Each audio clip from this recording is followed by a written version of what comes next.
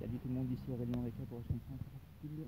Aujourd'hui, ravi de vous retrouver pour une petite vidéo complètement surprise et complètement inattendue.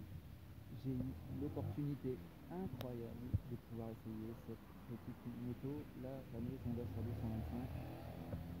Et franchement, je peux vous dire que je sors de cette essai totalement conquis. Cette moto est vraiment incroyable. Alors, je n'ai pas fait une très longue sortie, hein. J'ai fait 6 ou 7 km, même pas.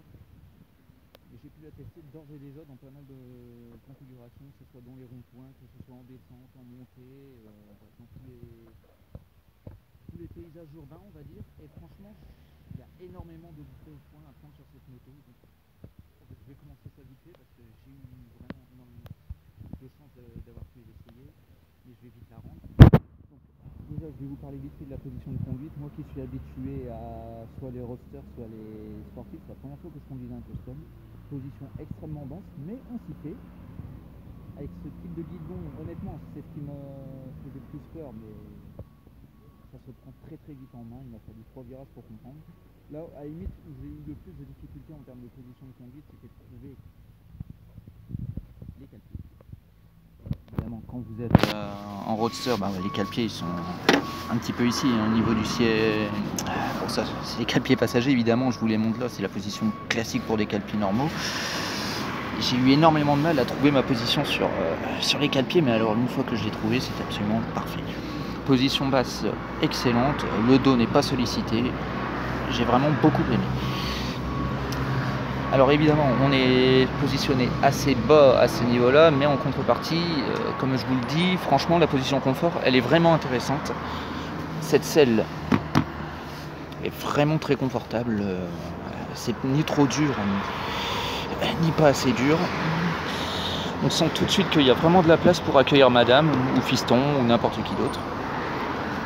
Ce qui est bien avec celle-là, c'est qu'elle est équipée. Donc vous avez les sacoches, plus le CC bar donc. Comme vous pouvez le voir, c'est parfait. Bon, évidemment, c'est pas mes affaires, hein, mais vous voyez qu'on peut quand même vraiment pas mal stocker. C'est une moto d'origine, année 2000, donc c'est les premiers millésimes. Donc il y a peut-être un peu de méfiance à avoir par rapport au fait qu'il y a eu quelques petits problèmes au niveau des moteurs sur les premières sorties. Ça s'est arrangé après en 2001.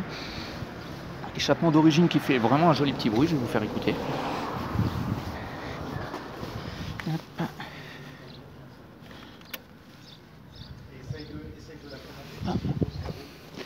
Donc ça se met, comme vous le voyez, ça se met en place ici, sous la selle, près du V-Twin.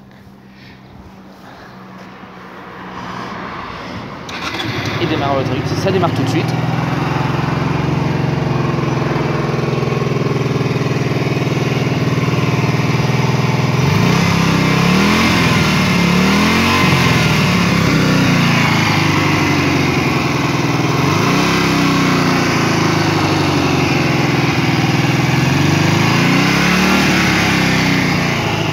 Bon, je la fais pas monter dans les tours, hein. Vous comprendrez aisément pourquoi.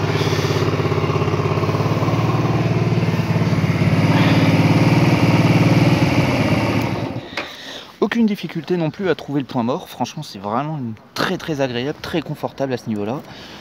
Quand vous comparez avec certains customs comme la Kiwi ou la récente Yusung Bobber qui sont vraiment chiants pour trouver le point mort, ou même sur certains roadsters ou sportifs, hein, là le point mort sur celle-là se trouve vraiment très facilement. Alors cette moto là, si ça vous intéresse, que vous êtes habité dans mon coin, elle est ici au niveau de, donc le nom du bled c'est la Madeleine. C'est sur la route de Plancoët, tout simplement. Elle est à 2400 € pour un kilométrage de 21 700 km maintenant, puisque je l'ai fait rouler un petit peu. Bon, éventuellement, s'il y a des petits travaux à prévoir dessus, ce serait ici. Vous voyez une garde-boue qui a perdu de la peinture des deux côtés. Je pense que Cocotte a eu une chute. Bon, ici, malheureusement, ça va aussi demander un petit peu d'entretien. C'est de l'usure de base, hein, et c'est le problème des chromes aussi forcément. Et pour une moto 2000 à 21 000 km, Ça va, franchement, et elle se comporte vraiment très très bien.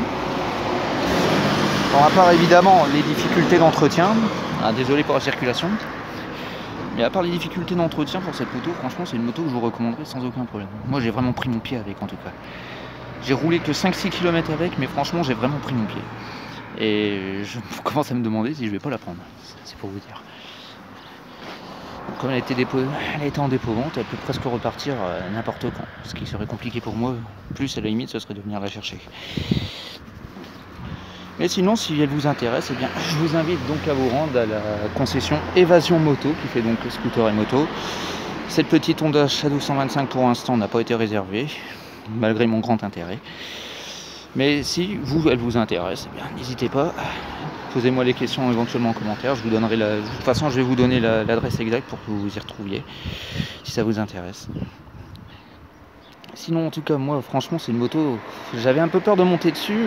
Je suis même surpris quand j'ai demandé le test, mais je suis vraiment, vraiment ravi.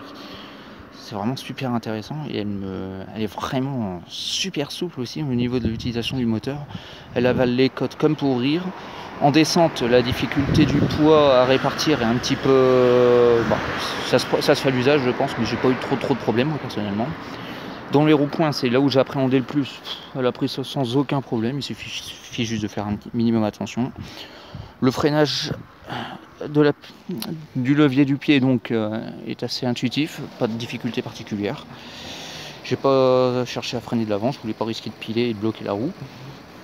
Mais dès que j'ai dû appuyer dessus pour la stabiliser, ça s'est stabilisé sans trop de problème. Par contre, il y a un petit peu de mou au moment où ça s'arrête, mais bon, je pense qu'après ça c'est à l'usage, c'est un petit peu comme sur tous les freins. Et puis, comme elle n'a pas tourné depuis un petit moment, c'est un petit peu logique aussi. Elle demandera un petit peu d'entretien avant de reprendre la route, je pense, mais vraiment, je voulais voir ce que ça valait, cette Rolls des Custom 125, qui est vraiment la référence absolue, et je ne vais pas vous mentir, j'ai été séduit, très séduit.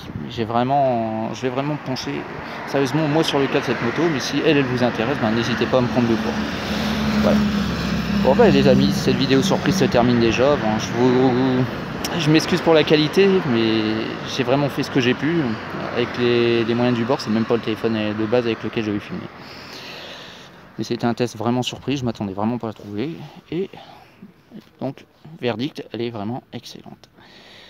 Après, par contre, au niveau du prix, il faudra voir. Voilà. Allez, je vous dis à plus pour un nouveau test. Ce sera la prochaine vidéo, ce sera dans quelques jours, le 4 ou le 5, et on essaiera enfin la nouvelle ligne Haro de la Yamaha MT, puisque cette ligne devait arriver le 16, mais elle a pris du retard. Elle sera remontée le 4. Donc, je vous retrouve d'ici là, donc d'ici une petite semaine, si tout va bien. Si vous avez des questions en commentaire, évidemment, comme d'habitude, vous n'hésitez pas. Allez, je vous dis à ciao, à plus, salut!